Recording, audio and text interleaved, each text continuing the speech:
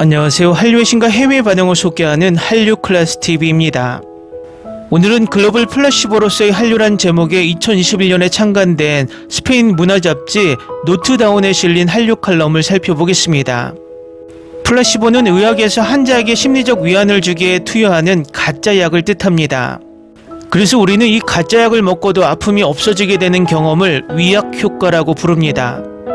이 칼럼에서는 우리 한류를 플라시보 효과라고 이야기하고 있는데, 의사가 환자를 안심시키기 위해 밀가루 약을 주듯 서구 사회는 자본주의와 무한 경쟁이 주는 불안을 근본적으로 해결하지 못하지만, 대신 K-팝과 K-드라마라는 달콤한 가짜 약을 먹으며 순간의 고통을 잊는다는 내용의 깊이 있는 한류 분석 기사입니다. 기사가 엄청나게 깁니다. 바로 살펴보겠습니다. 한류는 한국 문화의 세계적 확산, 문화적 쓰나미라는 말보다 더 부드럽게 들리기 때문에 우리는 이를 코리안 웨이브, 즉 한류라고 부릅니다. 하지만 한류가 단순한 유행을 넘어 구조적인 현상으로 자리 잡은 지는 이미 오래되었습니다. 이제 한류라는 단어는 이국적인 호기심을 뜻하지 않습니다. BTS의 자로잰 듯한 칼군무부터 텔레비전 드라마 속 완벽하게 계산된 눈물, 오스카를 거머쥔 기생충, 지하철 승객의 외로움을 달래기 위해 설계된 한국의 웹소설에 이르기까지, 한류는 전 세계를 움직이는 거대한 톱니바퀴를 의미합니다. 한국은 불과 두세기 만에 가전제품을 수출하던 나라에서 온갖 형태의 정서적 위안을 파는 나라로 탈바꿈했습니다. 마치 한류가 가진 모든 의미를 집약한 친밀함의 산업적 공식을 찾아낸 것처럼 말입니다. 여기 유럽에서 한류는 매혹과 불신이 뒤섞인 시선으로 소비됩니다. 저토록 거대한 성공이 과연 자발적일 수 있는가라는 의구심과 어쨌든 제대로 통하고 있다는 확신이 공존합니다. 실제로 사람들이 소비하는 것은 단순한 뮤직비디오나 소설이 아닙니다. 현대사회의 불안 속에서 살아남기 위해 예쁘게 포장된 이야기입니다. 한국은 단순히 팝 문화를 제조하는 데 그치지 않고 가혹한 현실로부터 도망칠 수 있는 휴대용 대피소를 만듭니다. 한류 성공의 비밀은 바로 여기에 있을지 모릅니다. 우리가 여전히 문화란 학문적 엄숙함이나 제국주의적 향수로 존재 가치를 증명해야 할 때 K-팝은 시차를 둔 심리치료로 다가왔습니다. K-팝은 한류의 첫 번째 선발대이자 반짝이로 뒤덮인 트로이의 목마였습니다. 처음에는 화장한 소년들, 알아들을 수 없는 후렴구, 군대식 규율로 연습한 안무 등 아시아의 기이한 문화로 여겨졌습니다. 그러나 이 기이함은 글로벌 상품이 되었고 서구 평론가들에게는 배아프게도 가장 돈이 되는 상품이 되었습니다. 이제 BTS는 과거 백스트리트 보이스가 군림하던 경기장을 가득 채우고, 블랙핑크는 한때 마돈나의 차지였던 상징적 공간을 점유하고 있습니다. 새로운 아이돌 그룹을 찍어내는 한국의 시스템은 할리우드 임원들이 질투로 새하얗게 질릴 만큼 효율적입니다. 이 현상은 단순히 음악에 머무르지 않습니다. 일종의 치료에 가깝습니다. 팬덤은 좋아요를 대가로 기도하는 세속적인 교구처럼 작동합니다. 소속감은 수집용 포토카드와 트위터의 실시간 트렌드 업로드 횟수로 측정됩니다. 많은 청소년에게 K-팝 그룹이 기존의 가족을 훌륭하게 대체하고 있다고 말해도 과언이 아닙니다. 그들은 위로하고 가르치고 도덕적 지평을 제시하며 전통적인 제도가 더 이상 보장하지 못하는 공동체의 환상을 제공합니다. 서구 사회는 당연히 이러한 대량 생산형 아이돌과 노골적인 이미지 상업주의를 비웃고 풍자합니다. 그러나 박스오피스 성적표를 마주하는 순간 그 웃음은 얼어붙습니다. 우리가 한국의 인위성을 비웃는 바로 그 순간에도 런던이나 로스앤젤레스에서 그 감정적 자동인형들이 스타디움을 매진시키는 모습을 보려고 기꺼이 티켓을 사기 때문입니다. 스타를 가전제품처럼 찍어내는 산업을 비하하면서도 막상 그들의 목소리를 들으려고 예언자를 기다리듯 줄을 섭니다. K-팝은 음악이라기보다 하나의 서비스입니다. 모든 것이 유동적이고 불안한 세상에서 붙잡을 수 있는 정체성, 위로, 그리고 서사를 제공합니다. 그런 의미에서 과거 서구 사회가 종교, 이념, 조국, 그리고 문화상품으로 행했던 것과 본질적으로 다르지 않습니다. 다만 지금은 해시태그와 칼군무가 함께 제공될 뿐입니다.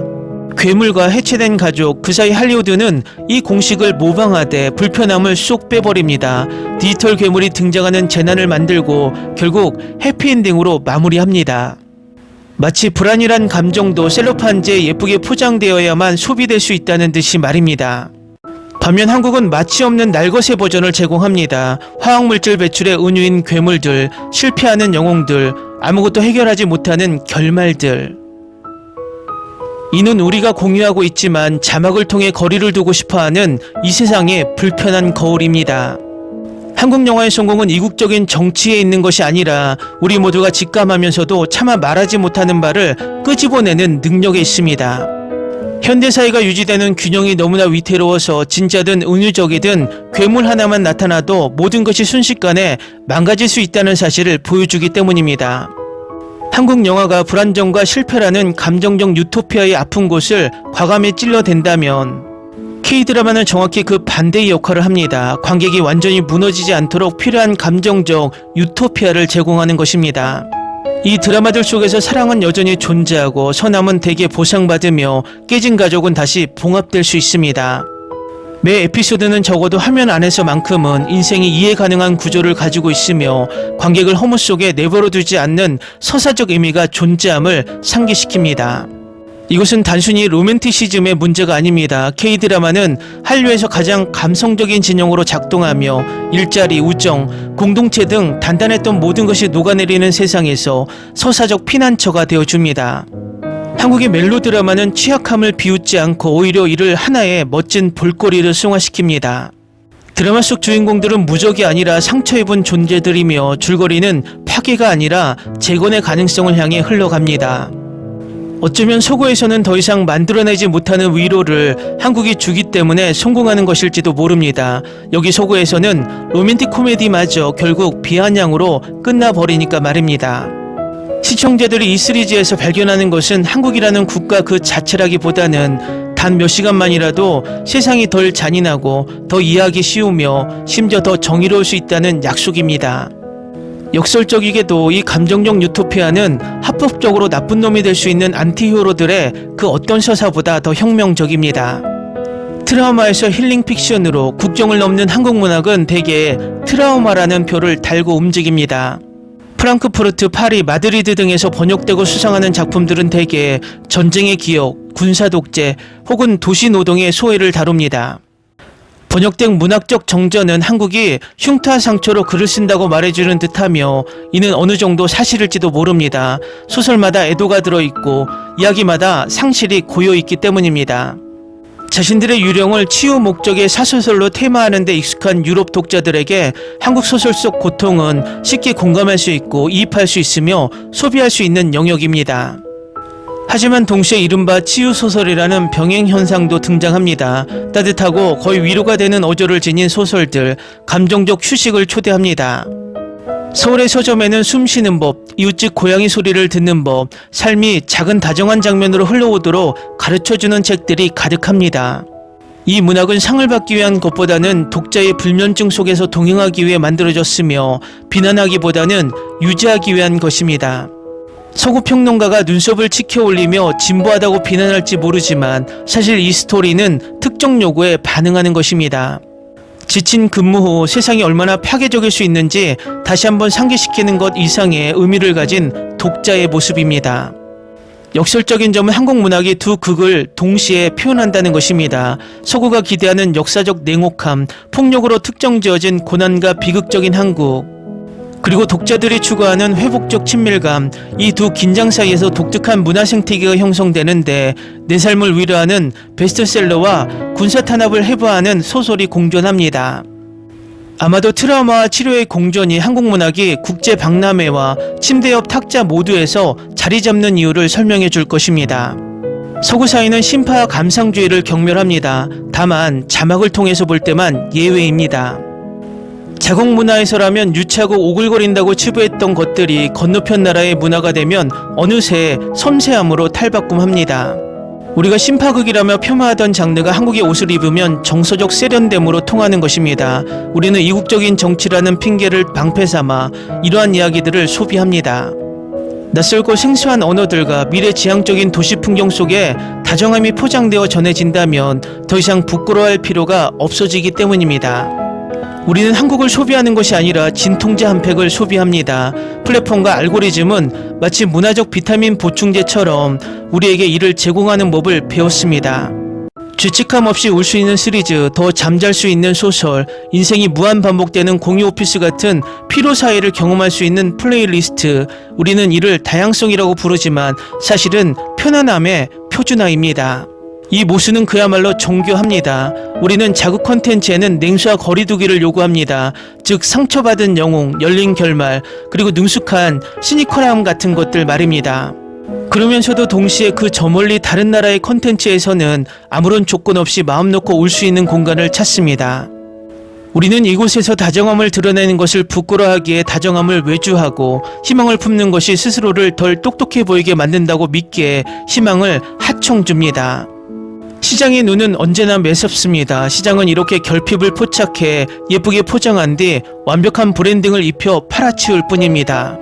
그 결과 우리 손에 쥐어지는 것은 안락한 신기루입니다. 우리는 새로운 문화를 알아가고 있다고 착각하지만 실제로는 고화질로 되돌아온 우리 자신의 결핍을 마주하고 있을 뿐입니다.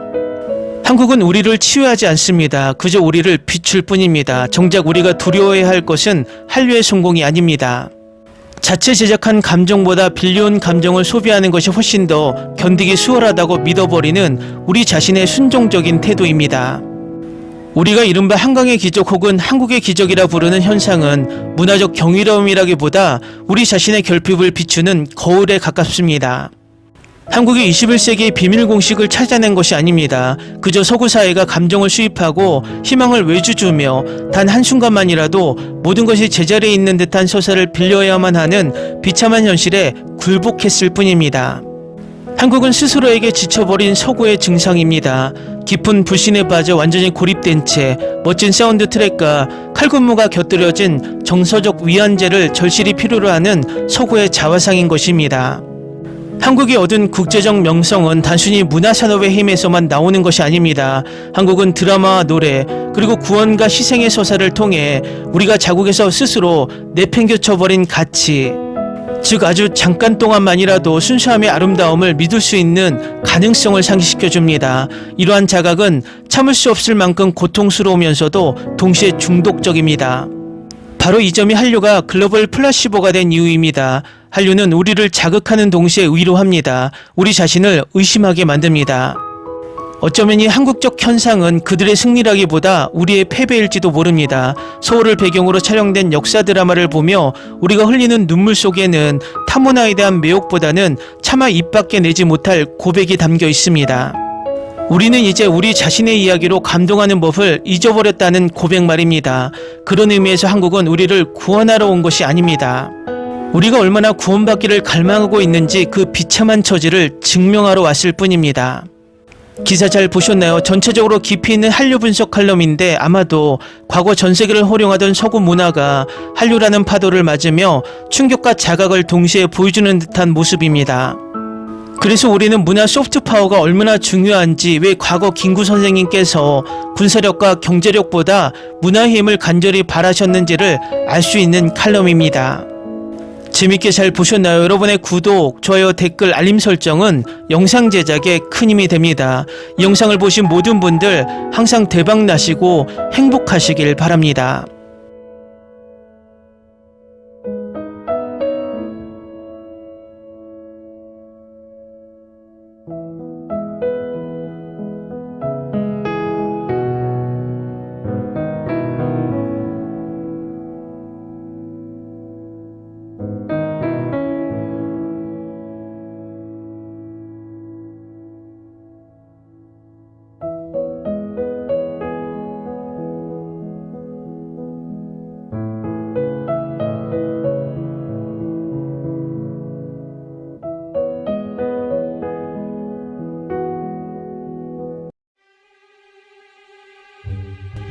Ni se te ocurra.